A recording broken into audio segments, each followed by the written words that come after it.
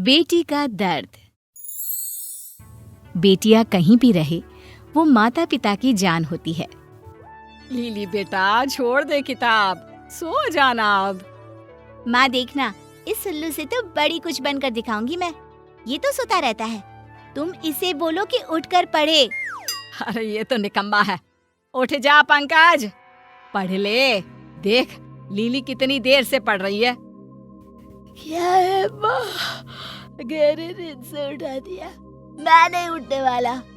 और क्या है माँ, हमेशा दीदी की तारीफ करती रहती हो, मेरे अंदर तो तुमको कुछ दिखता ही नहीं है। वक्त गुजरता है और लीली के लिए रिश्तों की लाइन लग जाती है। कितना भाग्यशाली हूँ मैं। कहाँ तो एक लड़का नहीं मिलता लोगों को शादी के लिए, और मेरी बेटी के लिए रोज एक नए रिश्ते की लाइन लगी रहती है। ज्यादा घमंड ना करो, बस देख लो कोई मिल जाए अच्छा सा तो करवा दो लड़की की शादी।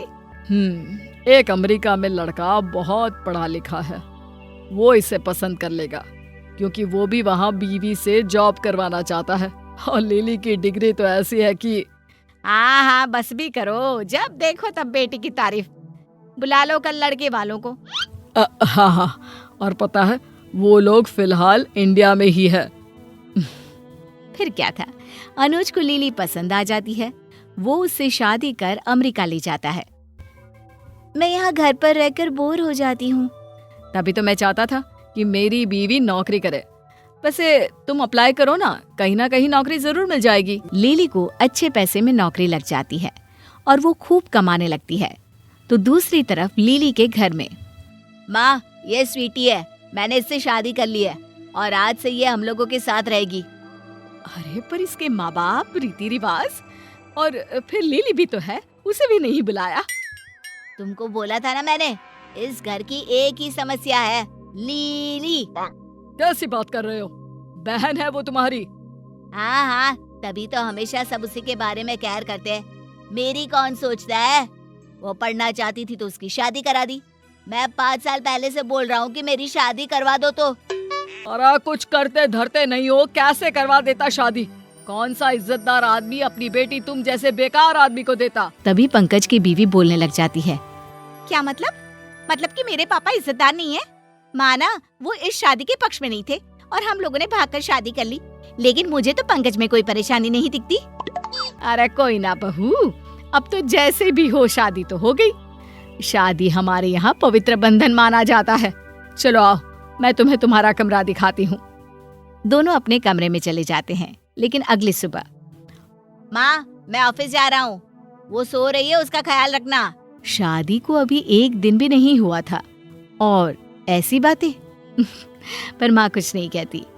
धीरे धीरे शादी को 4 महीने हो जाते हैं। फिर एक दिन, अरे माँ, कल वो स्वीटी बता रही थी कि उसे ठंडे पानी से नहाना पड़ा।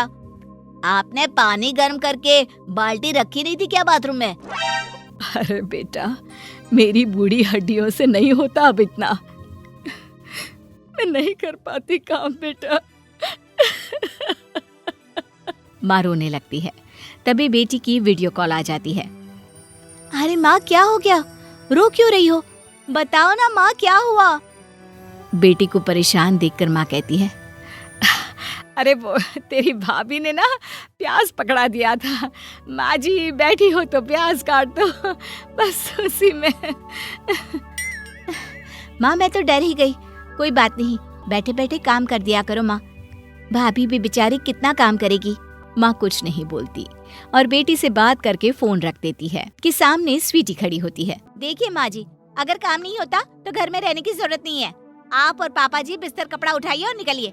पता है कल ठंडे पानी से कितना जुकाम हो गया, लेकिन आपको क्या, खुद की बेटी को तो विदेश भेज दिया। बेटा यहाँ मरैया जिए, ऊपर से कर्जे उतारते उतारते हम तो मर ही ना जाए कहीं। तभी वहाँ ससुर आ जाते हैं। कर्जे उसकी पढ़ाई के लिए ही लिए गए थे। कितनी मुश्किल से एडमिशन हुआ था इसका पता है? हाँ यही तो, ये तो आप लोगों की जिम्मेदारी थी। कर्ज हम नहीं उतारेंगे और निकलो अब यहाँ से।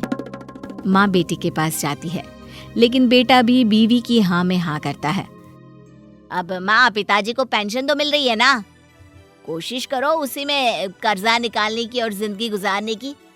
देखिए अब मैं और सह नहीं सकता आप लोगों को, माफ कीजिए मुझे। बेटे के मुंह से ये बात सुनकर माँ को गुस्सा आ जाता है।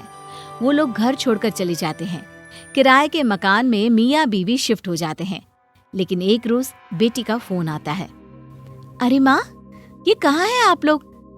घर में नहीं है क्या? हाँ, वो विमला आंटी के घर आए थे। तुम ठीक हो ना बेटा? अपना ख्याल रखना। हाँ। माँ बेटी को कुछ नहीं बताती और फोन रख देती है। लगता है अब घर चलाना मुश्किल हो जाएगा। मैं कोई नौकरी कर लेता हूँ, पेंशन से तो बस कर्जा ही निकल सकता है। लिली के पिता बुजुर्ग होकर भी एक सोसाइटी में गार्ड की नौकरी कर लेते हैं। माँ भी सारा दिन घर में छोटे बच्चों को पढ़ाने का काम करती है। अब दोनों मियाँ बीवी किसी तरह घर चला रहे होते हैं। ऊपर अमेरिका में लिली अपने पति से कहती है, अनुज, मैं सोच रही हूँ कि मैं इंडिया जाऊं। पता नहीं क्यों दिल नहीं मानता। माँ पापा ठीक तो होंगे ना? अच्छा, मैं टिकट करवा देता हूँ, या फिर चलो ना मैं भी चलता हूँ। मैं घर वालों को बता देता हूँ। हाँ, पर अभी मेरी माँ को कुछ नहीं बताना। वो क्या है ना, मैं सरप्राइज दूंगी।